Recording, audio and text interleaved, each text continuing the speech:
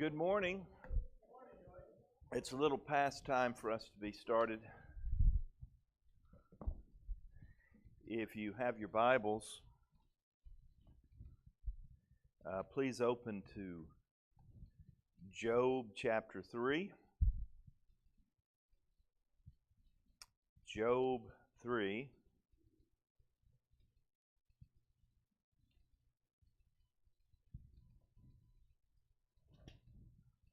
Is the microphone working this morning? Yeah, we are. There we go. Well, I wasn't gauging by that. I was gauging last week. We had it cutting in and out. We thought maybe there was a short in the wire. And I just wanted to make sure. If you have your lesson book, we are on page, well, we're on chapter 3. I'll tell you what page. We're on page 19, Job's Lament. It is page 19. It's week 3 or lesson 3. And we have on the overhead as well, we have a slide regarding the same thing is available online. We still have a few of these books left. If you have not gotten one, there are probably 2 back there on that table. My sister-in-law has been joining us in this class. I don't know if she's joining us live today. Hi, Cheryl. Or if she's just streaming later. But she asked for me to send her a book as well that hopefully she received this week so she could follow along. So if you do wish to have a book, we have some available. I'll also have a sheet back there that tells you where you can order a book if you prefer that. I believe some of you have found some used ones and perhaps could get that around the same price or slightly less. We also have a way online for you to pull up the same material free of charge. And I have a sheet of paper back there on the table on the left that has the link. I even have a little tiny URL, which is basically, it's a web address, but it's shorter than a big long web address. I always hate that. Yesterday, Tina and I went to watch something on television, and I can stream things on my television because I pay for my mama's cable. And so I can stream regular television channels that way. And it was asking for password. Well, I have a password that's about that long. Have to look it up every time I use it. I don't know why I even attached it to that particular account, since I have to, you see, with your remote, you have to just use your one letter at a time. And if you get it wrong, you have to totally start all over again. So when it comes to putting in a web address or something like that, a tiny URL will help you because you don't have to do it so long. And you can follow along on your computer at home, or you can follow along on a tablet, or even on your smartphone. So we have those available if you want to do that. So in any event, what has happened so far in this book? Chapters 1 and 2. Yes, sir.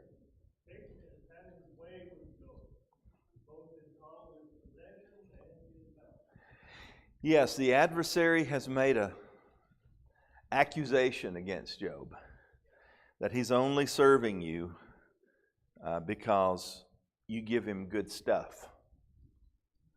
And so God said, all right, I believe in my man, and so go ahead and take his stuff away and see if it makes a difference.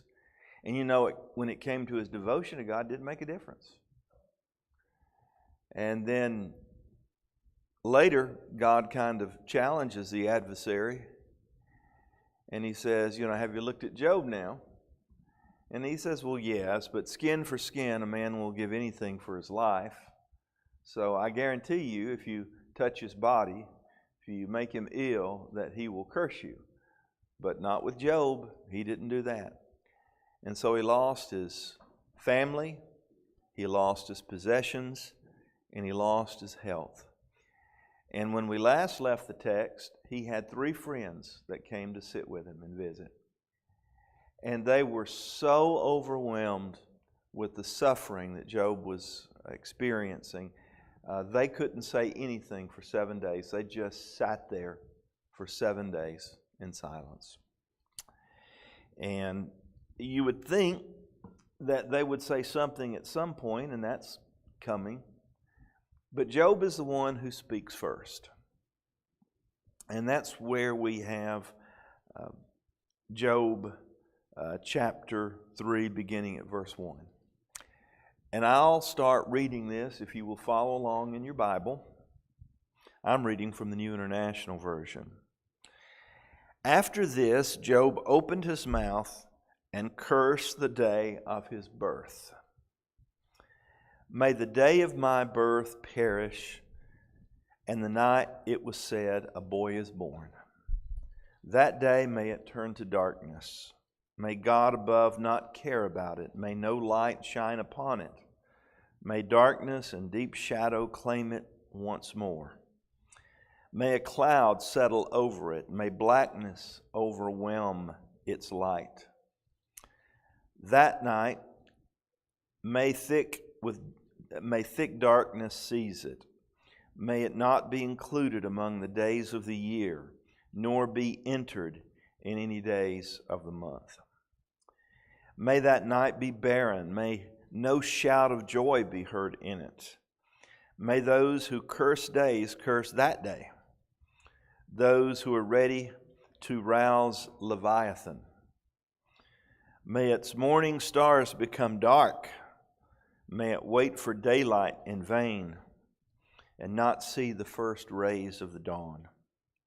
For it did not shut the doors of the womb on me to hide trouble from my eyes. Why did I not perish at birth and die as I came from the womb? Why were the knees there to receive me and breasts that I might be nursed? For now I would be lying down in peace. I would be asleep and at rest with kings and counselors of the earth, who built for themselves places now lying in ruins, with rulers who had gold, who filled their houses with silver. Oh, why was I not hidden in the ground like a stillborn child, like the infant who never saw the light of day? There the wicked cease from turmoil, and there the weary are at rest. Captives also enjoy their ease. They no longer hear the slave driver shout. The small and the great are there, and the slave is freed from his master. Why is light given to those in misery, and life to the bitter of soul? To those who long for death that does not come, who search for it more than for hidden treasure, who are filled with gladness and rejoice when they reach the grave. Why is life given to a man whose way is hidden, whom God has hedged in, for sighing comes to me instead of food? My groans pour out like water. What I feared has come upon me, what I dreaded has happened to me. I have no peace, no quietness. I have no rest, but only turmoil.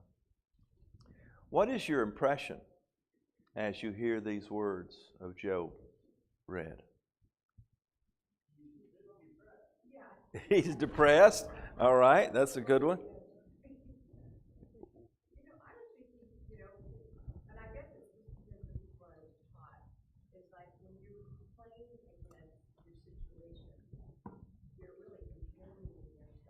Mm-hmm.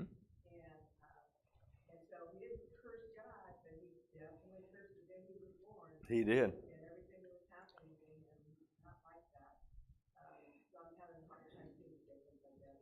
Yeah, I understand. First thing Job says is, "Cursed be the day of my birth. I wish that I were never born." Then he says, "I wish I had been stillborn, born dead. That way I would already be at rest." And then he says, "Why don't I just die now? Because my existence is nothing but suffering now." And you're right. He is complaining against God. Job later repents of that. But before we judge him too harshly, we need to realize Job does not know what we know. Job believes God has left him. Job knows he is a righteous man, that he hasn't committed any sin that was certainly worthy of any of this punishment. But he is perplexed. Why has God left him? Why has God pulled his blessings back from him? Now we know that what God is doing is proving Job. Satan made an accusation against Job, and he is proving that Satan is wrong. But he doesn't know that. It's not a matter of God inflicting harm upon him because he is punishing him for something he hasn't done. This, in Job's mind, has thrown the entire idea of God's justice up for grabs. He just doesn't understand why, in this circumstance, he is suffering like this. And the question, if you want to use one of these big terms for it, it's called theodicy, if you ever want to look it up. And it means the justice or the righteousness of God. Now, Job probably never would have thought of that term. But that is what they use when they talk about God's justice, why certain things happen in the world, bad things happen in the world. And so Job is not aware of any of that. So he is now contemplating a life apart from God. Not that he has left God, but in his mind that God has left him. And when you look at that, that is a horrible, horrible thing to come to the realization of. One of the definitions that I use of hell whenever I preach on hell is the place where God is not. You think of this world with all the bad things that happen in this world, God is still here. Even bad people fall in love. Good things still happen to bad people. They enjoy, I think I mentioned last week, one of the moments I enjoy most and really feel close to God is when I sit down for that first cup of coffee in the morning. God must be a fan of coffee is all I can think of. But for me, there is this sense, and usually it takes a few sips before it comes upon me. Holy Spirit is activated by coffee. But I get this sense of well-being. I don't know what it is, the body just adjusting to the day, finally waking up, and the realization of all things. So good things happen all around us, even to those of us who certainly might not deserve it, and even to the wicked. But Job is contemplating a world without God at all.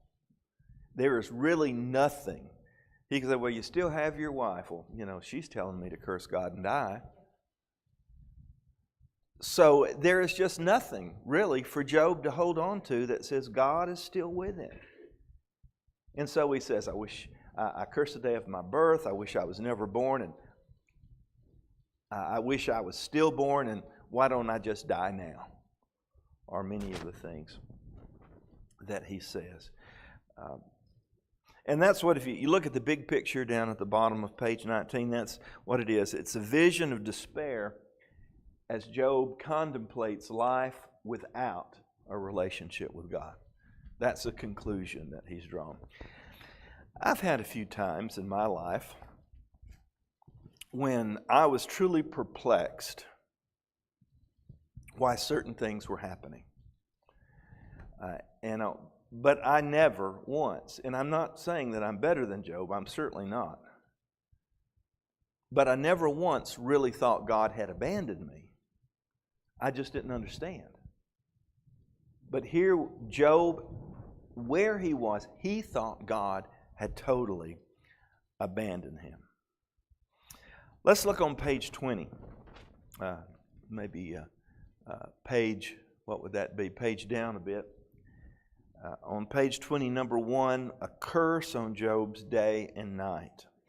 In 1 through 3, Job wishes that the day on which he was born would perish, that it would be, as it were, forever erased from God's heavenly calendar. Although Job is in incredible pain, this wish appears to be something of an overreaction. It would make sense for Job to wish that he was no longer alive. But why would he wish he had never been born in the first place? From Job's perspective, God is inexplicably angry with him and is treating him like a sinner. What does it say about how Job values God that suffering under what appears to be God's disapproval, he wishes he had never lived at all? That is a complicated question to read. What does it say about how Job values God? If he truly believes that God has left him, what does it say about his value? Yes, in God.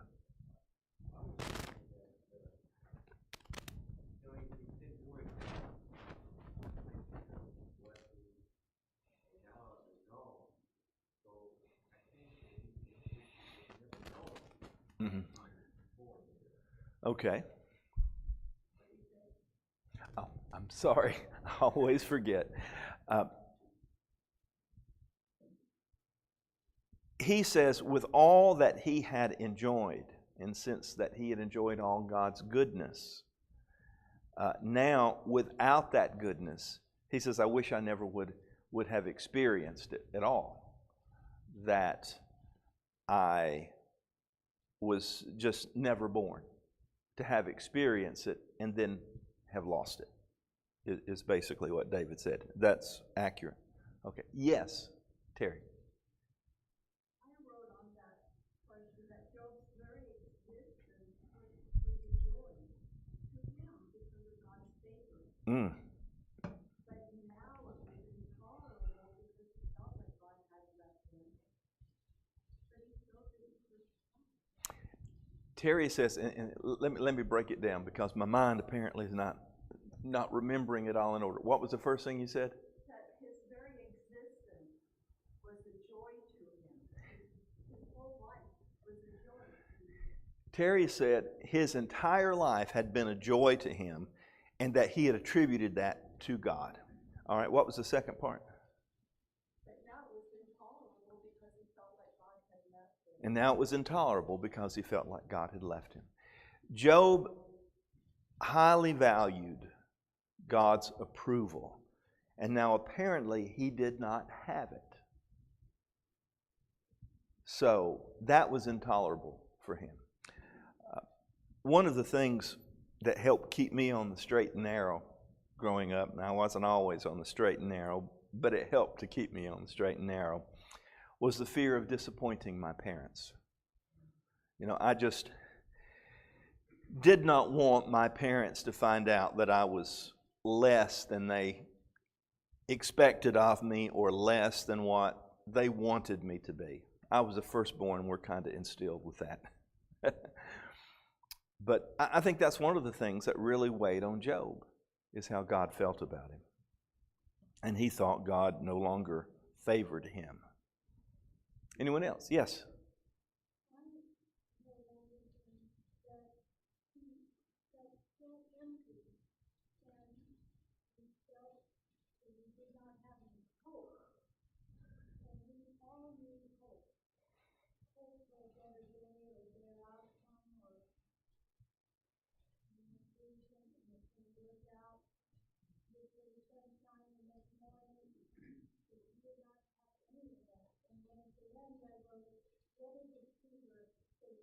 Mm-hmm. what was the very first statement that you made with that? Well, before that, he had felt favored. Is that what you? How did you put it?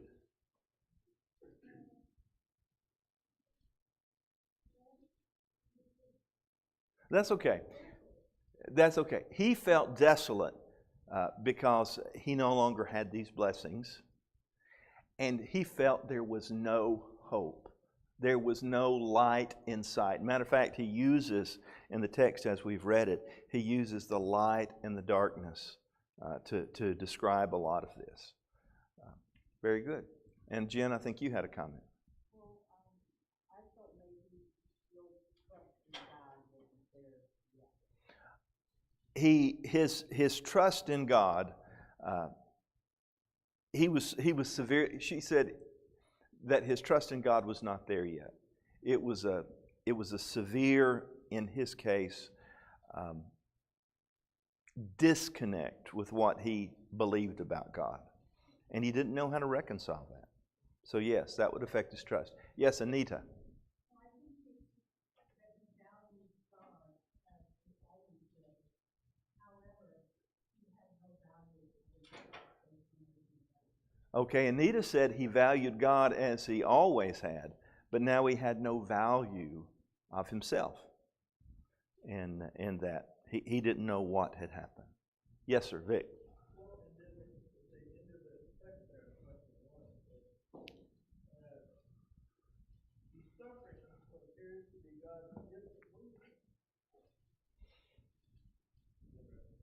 Mm-hmm. He is suffering from what he believes to be God's disapproval. But it's right the opposite. God approves of him. Very good. Next paragraph, in 3:4 through 10, Job alternates between the themes of day and night, forming a chiastic pattern. If you remember when we were studying prayers in the Bible, especially like from the Psalms and some of the prophetic books, that we mentioned the chiastic pattern, which was like, I always forget which one was A, B, C, B, A, kind of a pattern of thoughts, where you have, and they describe it, let's see, could you page down just a bit? I don't see it in this book.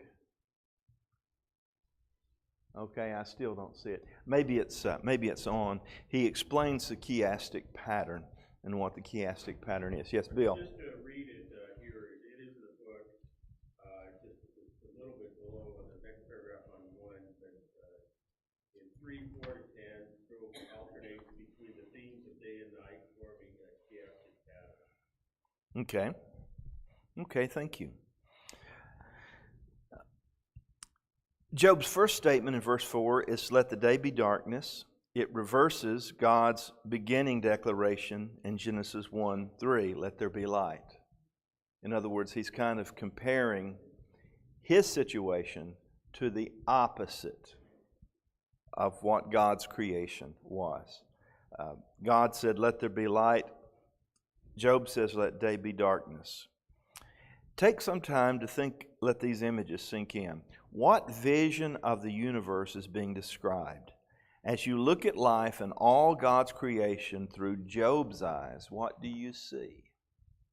Yes, sir, David. Without God's love, there would be no life. That is the way Job sees the day before. Without God's love, there would be no light. And that's the way he sees his current condition, as darkness.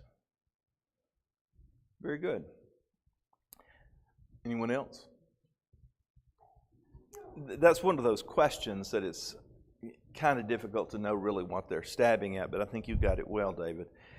The verb translated, I'm on page 21, translated in verse 5 as claim, is the same word used for God's wonderful acts of salvation on Israel's behalf elsewhere in the Old Testament, often translated redeem.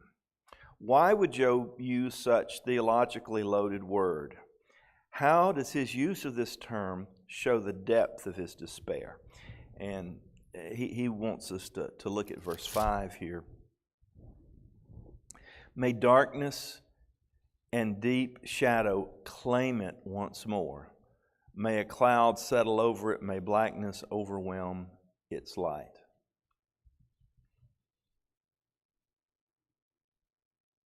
I think David answered that question when he did it.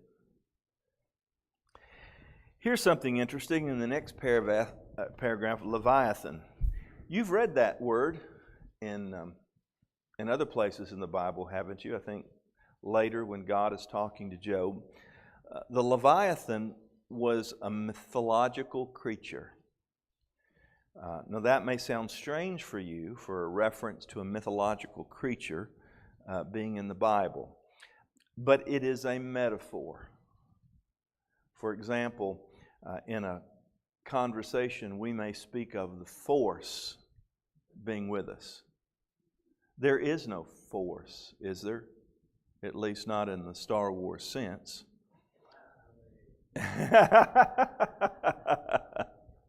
Steve called me a blasphemer because I said that.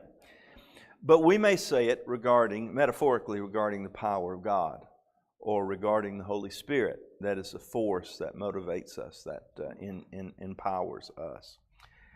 Leviathan actually comes from some of the pagan thought, and it was considered as a creature that brought absolute chaos.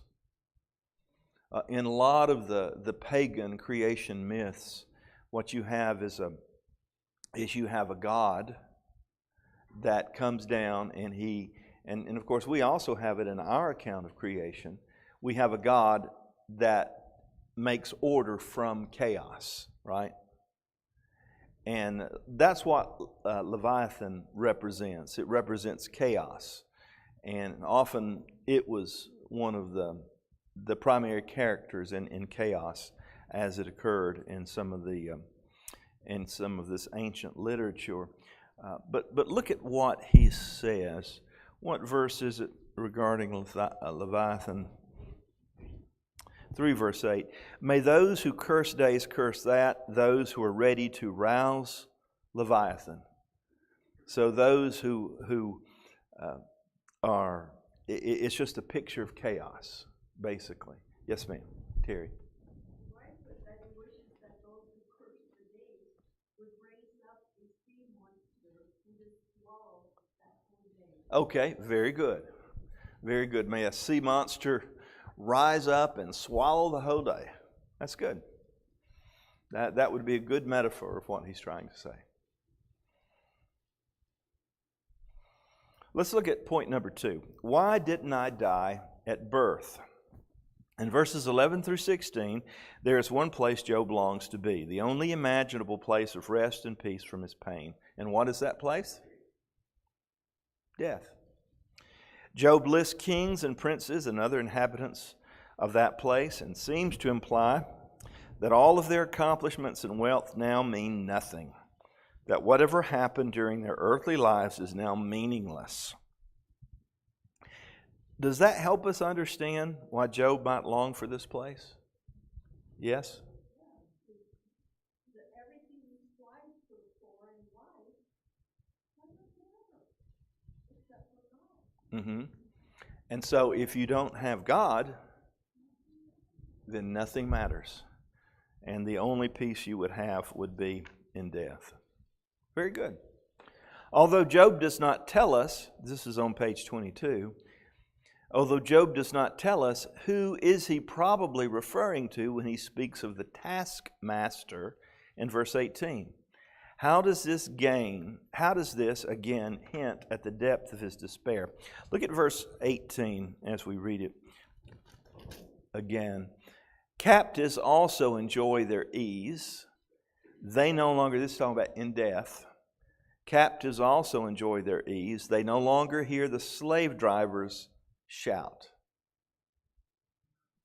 So how does this again describe the depth of his despair? How does he see his current existence? He's a slave to it.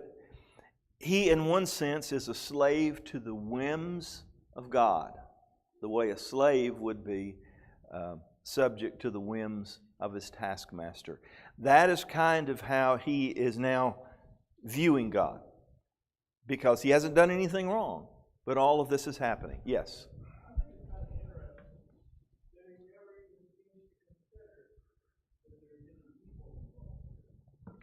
Okay.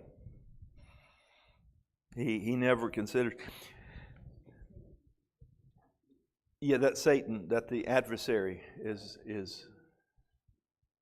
yeah, and I can't answer that question, except that this book was written with a specific purpose. His story is told to us with a specific purpose.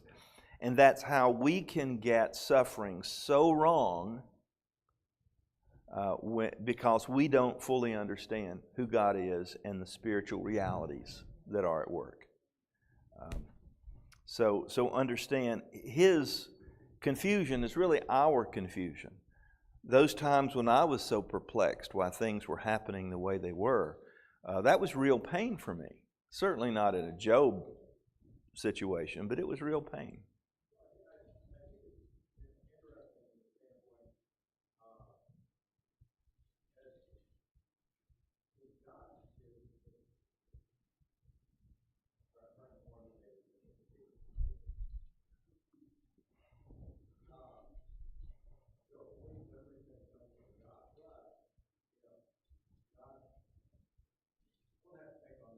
Okay, don't worry about it.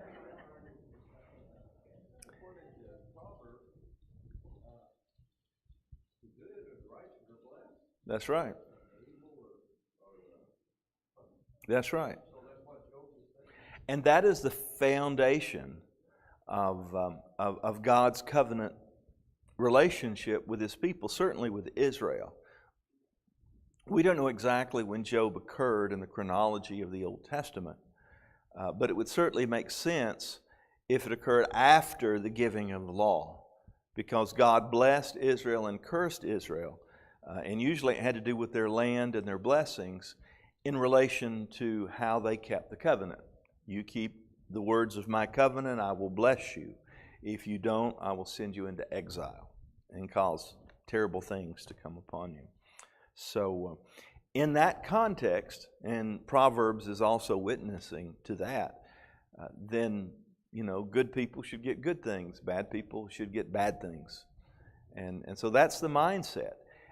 And that's what they're struggling with, that there are realities that we may not be aware of that would be exceptions to that normal pattern. On page 22, no rest. In verse 25, Job tells us of a fear that has now befallen him. He does not tell us what that fear is, but is there something in chapters 1 and 2 suggesting that Job is afraid that he might lose God's favor? That's how I interpret it when I read it. He said yes. No, that's all right. He thought, have you ever been in a situation in your life when things were going well and you're just waiting for the other shoe to drop? Lessons in pessimism. You can't enjoy the good. About 4 days into the vacation, I begin dreading coming back, even though there are 3 days left. You know what I'm saying? And I can't enjoy the last 3 days. And that's the way some of us are. And Job said, that this is what I was always afraid of. And in this case, perhaps that he would totally lose God's favor and therefore lose everything, because he realized how very blessed he was. Very good. Sometimes long and ornate speeches in the Bible are given to us as prose, but the speeches of Job and his friends are recorded for us in intricate, sometimes difficult poetry. How does poetry communicate different from prose? We actually have discussed this in our class. How is poetry different from straight out prose? It's just, yes, pardon?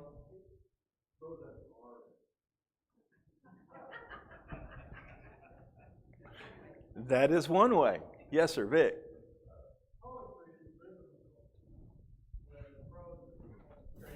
All right. It is more of an artistic way of saying things.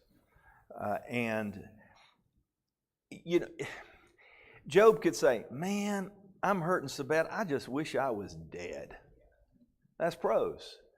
But he uses a lot of words, and sometimes we can't really tell because we can't read it in the original language. But he writes it in very beautiful language about a very ugly thought. Okay, let's look. We may be able to finish this chapter this week. Something Paul said in 1 Corinthians 15. He says, if Christ is not raised, then we will not be raised, and our hope is in vain. Basically, I'm summarizing what he said. He says, we are among all men most miserable. So envision for a moment life without the gospel. Would not describe very much how Job felt here? If we did not have Jesus, if we did not have forgiveness, if we did not have hope of eternal redemption, that God would one day restore everything? Yes, Vic.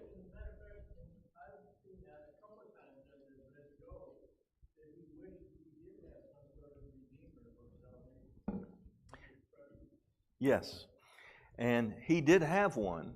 In his case, as James went on to mention, it was his patience. He just had to wait in his particular case. Good point. So he did wish for a redeemer. A harsh taskmaster. In a sense, Job's theology is quite robust in this chapter, but in another sense, he is completely mistaken how God is acting toward him. Job hints that God is a cruel slave master who hedges him in. As a result, Job is far away as one could be from the peace and rest that comes from fellowship with God. But although Job's mistake is understandable, he does not have the reader's perspective on the events of the first two chapters. God is, in fact, vigorously defending Job. Furthermore, by the end of the story, he will confess that God alone, not cosmic darkness, is his Redeemer. Profound suffering can mar and disfigure our sense of God's love, favor, and protection. But those gifts are real nonetheless. Some whole Bible connections. One is the idea of spiritual warfare. Those of you who come to the Wednesday night class on demons understand that the proper name for Satan, or the capital S name of Satan, like the first name, like we know it in the New Testament, is not used in the Old Testament. Here in Job, it is always the Satan, or better translated, is the adversary. And this may or may not refer to the demon or the character that we call Satan in the New Testament. If he's wanting the devil, then who are we talking about here? And most scholars would say that the adversary was a member of God's heavenly host who was tasked with the idea of being, for lack of a better term, God's district attorney. The Bible says that it is the job of the angels to write in the book, whose names are in the book of life, to record those things that are both good and that are bad about people. In Hebrew thought, that's how they would have viewed this character. However, Satan as a proper name, and we see that used in the New Testament, he is used interchangeably with the person who tempted Eve in the garden and who has been responsible for so much. So there is some debate or doubt as to whether or not the adversary in Job is actually the same Satan that we see in the New Testament. We just look at the word and it sounds the same, and we think maybe they are the same. But the author of this book has already defined for us that he believes this is the adversary from the New Testament. And so instead of carrying out a legitimate task assigned by God, we have someone here who is engaging in very definite spiritual warfare against Job. And that's the way most of us probably have read it. So he mentions this. Now, whether this is the case or not with Job, you and I do recognize the existence of spiritual warfare. We recognize that often bad things happen, not from a desire of God to inflict it upon us, but because there are evil forces at work. Sometimes people have asked the question, why did God let a terrible virus like COVID spread over the country or the world? And my response to that is it's not God. It's the evil one. The evil one has always been opposed to what God is trying to do. All right, the new creation. Job speaks of a day of his own birth in verses 3 through 10. He states his curse on that day in such a way that it almost seems to include all creation. The perspective quickly widens from the light shining on Job's birth to the light and darkness in general. The echoes from Genesis 1 also imply that Job is calling cosmic darkness down on everything. Job is stating all of this negatively. He does not want to live in a universe without God's favor, which would remove the point of anything existing at all. But in a sense, what Job wishes for will come true one day when the world is refined by fire. 2 Peter 3 verse 10. And a new heaven and earth will emerge. But this reversal of fallen creation will arrive not only because of the divine anger against human sin. God will make all things new precisely because of His desire to consummate His love with His bride, the Church of Christ. What Job hopes for in this chapter will happen, but in a much happier way than he imagines. That God will remove all the darkness of this earth, but in this case with the new heaven and new earth. All right, that's really all of our time. And I have mentioned this in regard to some of the things we've brought up, is weeping with those who weep.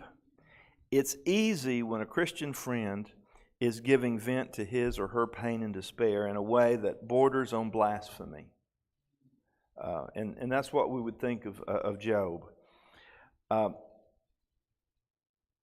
It's easy for us to lecture them and say, oh, you don't really mean that. But what they're doing is not blaspheming God. They're venting their emotions.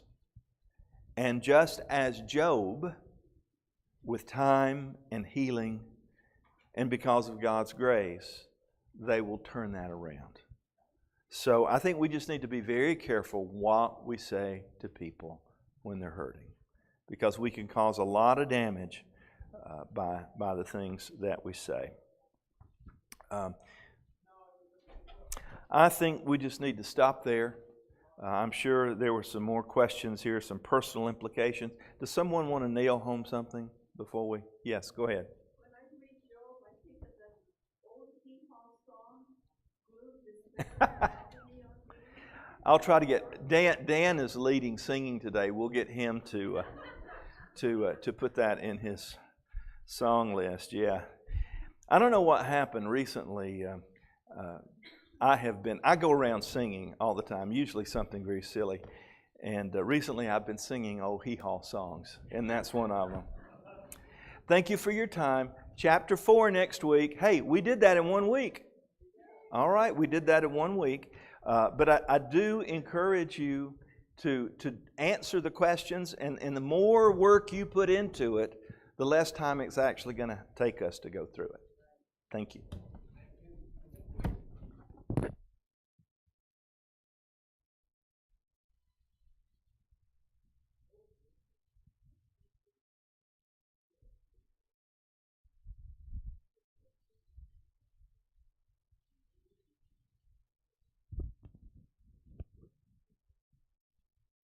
Hey there.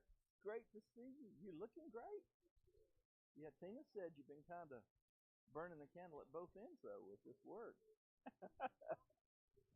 Yeah. Yeah. Well, I'm well. Thank you. I was I was trying to put forward that okay, everything that it came to Job was God, Uh huh. and so God, it seems like Job would automatically assume okay, if the good came